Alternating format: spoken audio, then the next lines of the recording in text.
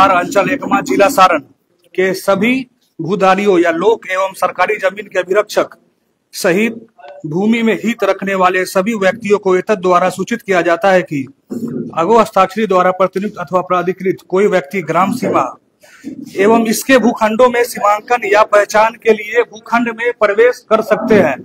ठीक है, आपको निर्देशित किया जाता है कि सर्वेक्षण के उद्देश्य से भूखंडों की पैमाइश, जांच या पड़ताल करने तथा वृक्षों या जंगलों या खड़ी फसलों या ऐसी अन्य बाधाओं जैसा भी आवश्यक हो को हटाने अथवा काटने में उन्हें सहयोग करे एवं उन्हें उनके कर्तव्यों को निर्वहन में किसी प्रकार का बाधा या अड़चन उत्पन्न न करे। आपको यह भी निर्देशित दिया जाता है कि अपने भूखंडों के सभी मोड़ पर मिट्टी का स्तंभ देकर उसे सीमांकित कर ले। ठीक है, ये पहला था प्रपत्र 1।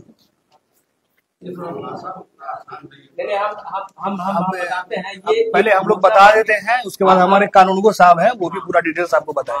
ठीक है, हम आपको स्टेप्स बता देते हैं। ठीक है, इसका सर्वे का। ठीक है, प्रपत्र 2 में है स्व घोषणा। इसमें आपको फॉर्म भरना है। ठीक है,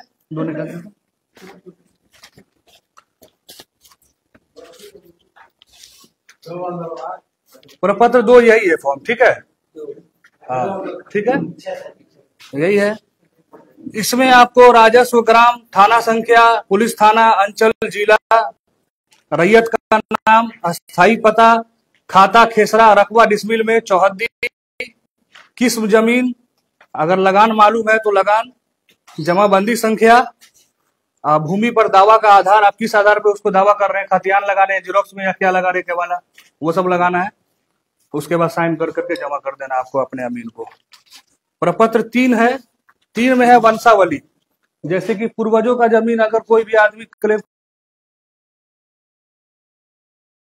आपको नोटरी से एफिडेविट कराइएगा।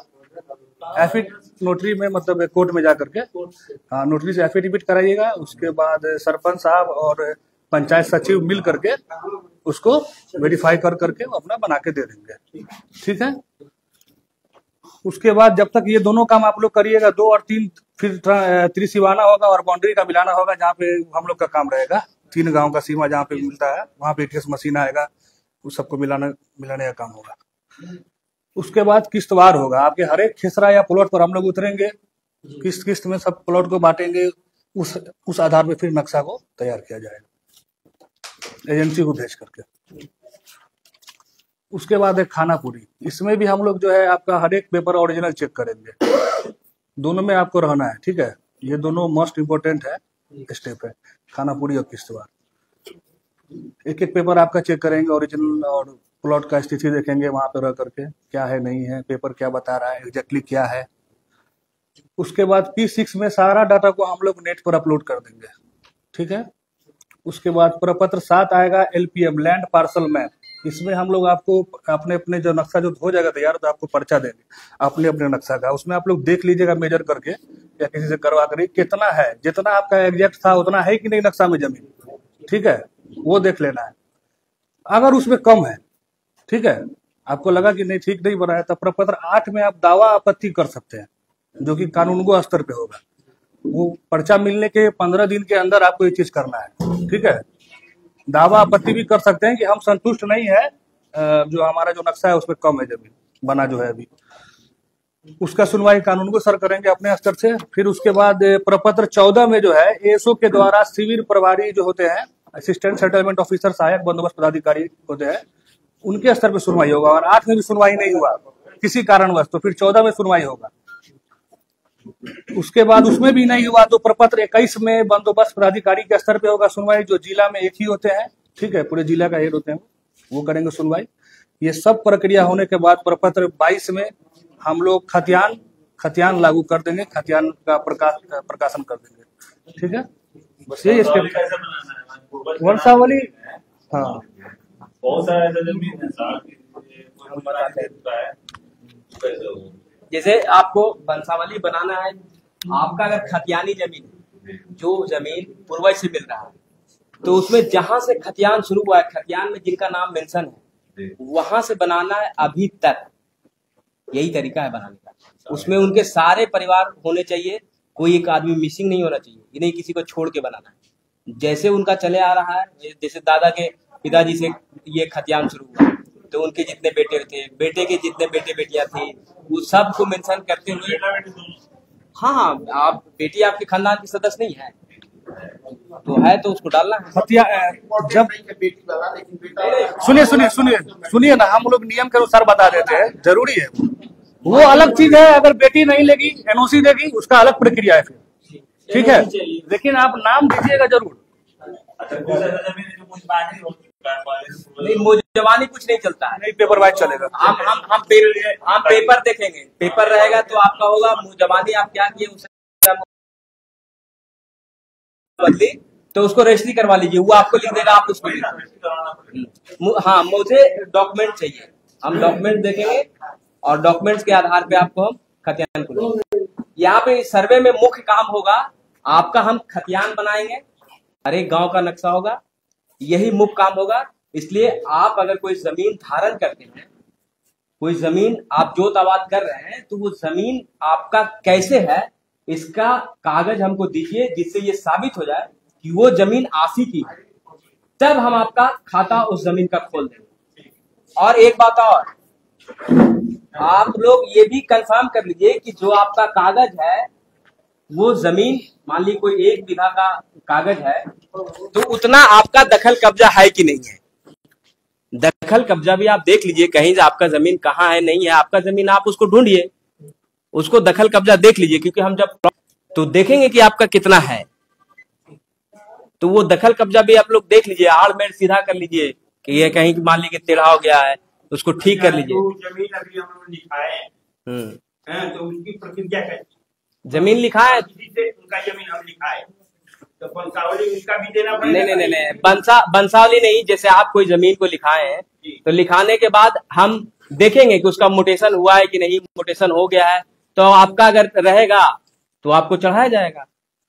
अच्छा सर, ऐसा है कि हमारे पिछवाड़ मठिया काम करते हैं हमारे, और हमारे यहाँ समस्या बहुत जटिल है। तो जैसे कि 45 साल हो गया, 50 साल हो गया जमीन लिखाए हुए, आज तक हम लोग का दाखिल खारिज नहीं हुआ। कुछ दस्तावेज ऐसा है कि प्रधानी को पास है, वो लोग नहीं दे रहे हैं, और जो दस्तावेज है वो दाखिल खारिज नहीं हुआ। कारण 45 साल से कोर्ट में जमा है, और हम लोग दौड़ते रहते थक कर अभी तक नहीं हुआ उसका कोई सुनवाई। मतलब कितना साल से कोर्ट में लंबित है? 50 साल हो गया सर, 50 से 52 50 साल से अभी तक सुनवाई नहीं हुआ है ना। 50 साल से उसके आगे ये लोग लिखा कर हमारे पूर्वज लोग बैठे थे, उसके बाद जब चालू किए तो कोई दे रहा है, नहीं हमारे पास नहीं है, हमारे पास नहीं। तो देना चाहिए था, अभी आप जाकर फिर हल्ला नहीं करिए, सब सुनिए।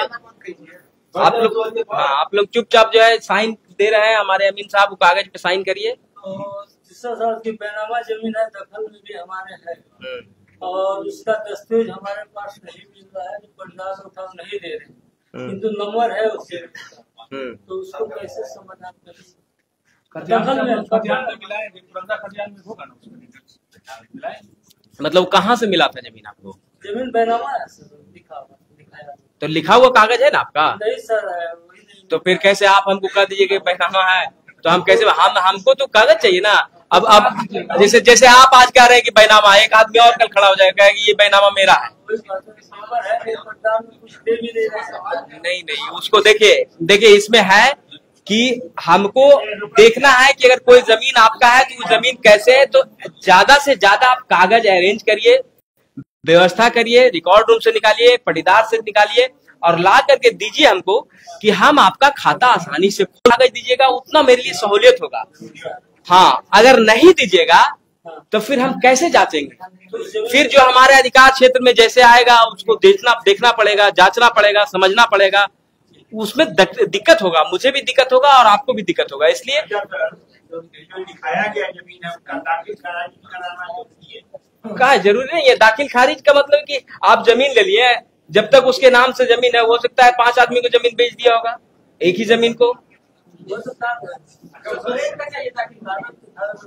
दाखिल खारिज समझते हैं, करेंट और करेंट का चाहिए, लगान मान लीजिए कि थोड़ा बहुत आगे पीछे है, उससे नहीं चलेगा, मतलब कोई दिक्कत नहीं है। हमको ये देखना है कि वो जमीन आपकी है कि नहीं। लगान जो है वो करेंट है तो भी चलेगा, थोड़ा बहुत पुराना है तो भी चलेगा। ये साबित हो कि वो जमीन आपकी है। हाँ, वो प्रूफ चाहिए। हाँ, सेल डीड को केवाला भी कहते हैं।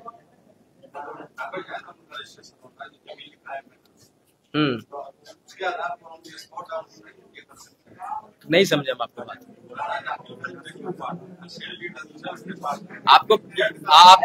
आपको दाखिल खारिज क्यों नहीं हुआ? इससे तो ये किसी कारण का मतलब यही ना होगा कि एक जमीन को 5 जगह बेचा गया है। क्या कारण हो सकता है? दाखिल खारिज क्यों नहीं हो? जब आदमी बेच दिया तो दाखिल खारिज क्यों ना? आप खरीदे फिर दाखिल खारिज नहीं होगा? जब जमीन बिक सकता है तो उसका दाखिल खारिज भी हो सकता है।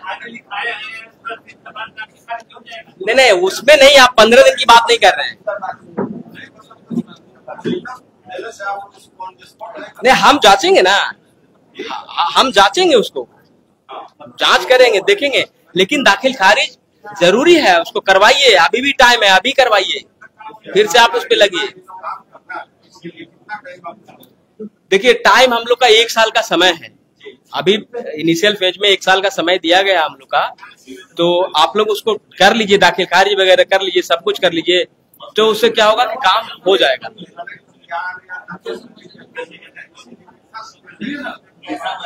अभी नेक्स्ट स्टेप ये हो गया ना, अभी आप लोग को फॉर्म 2, प्रपत्र 2 और वंशावली बना के जमा करना है शिविर कार्यालय में। हम लोग का एकमा में शिविर कार्यालय है, अमीन साहब रहेंगे यहाँ, अमीन साहब को भी दे सकते हैं। इसको जमा करना है। दूसरा स्टेप है, हम लोग गांव का बाउंड्री वेरिफिकेशन करेंगे। अगर कोई गांव है उसका सीमा कहाँ कहाँ लगता है पूरा देख लेंगे कि उस गांव का कहाँ जमीन है।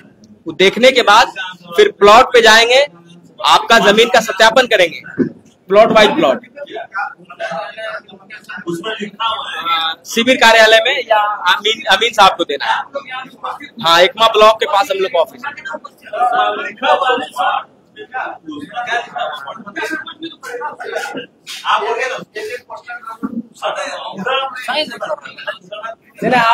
आप जो है उसको पढ़ लीजिए ना।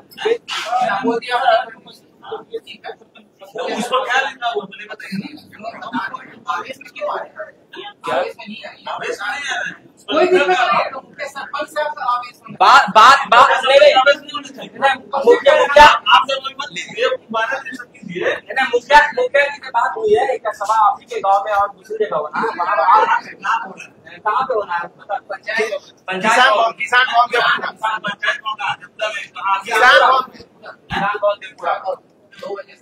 2 बजे से है ना, उसके पहले 10 बजे नोटिस हम लोग के पास है, 10:30 में यहाँ से तो लोगों को कौन दे रहा है? सरकार दे, कोई तो प्रतिनिधि आप तो पूछे तो बोले कि हम भेज रहे हैं।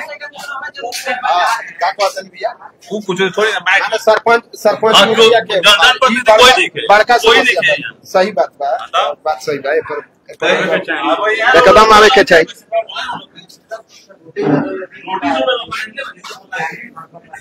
अच्छा सुनिए, जब तक एक काम करिए, कुछ अनहोनी हो जाए यहाँ पे, आप लोग जिम्मेदारी लीजिए। अनहोनी क्या होगा? कुछ भी हो सकता है। अरे हम आपको सूचना देने आए हैं। सूचना देखिए, सूचित किया गया है। आप सिग्नेचर मत करिए, कौन सिग्नेचर करेगा? आप उनके जगह पे सिग्नेचर करने के लिए नहीं बोल रहे, वो आएंगे तो उनको सूचना दिया हुआ। आने दीजिए, तो मत कीजिए। आप सब ऐसा बात काहे नहीं? ऐसा बात है, आप उस पर लिखा हुआ है, स्पष्ट लिखा हुआ है। देखिए उसमें सभी लोग यहाँ पे पंच की अध्यक्षता में, हाँ लिखा पढ़िए, उसमें लिखा हुआ है। हाँ तो कहाँ कोई है? वो साइन करेंगे, कोई दिक्कत नहीं। सुनिए ना, क्या लिखा हुआ है?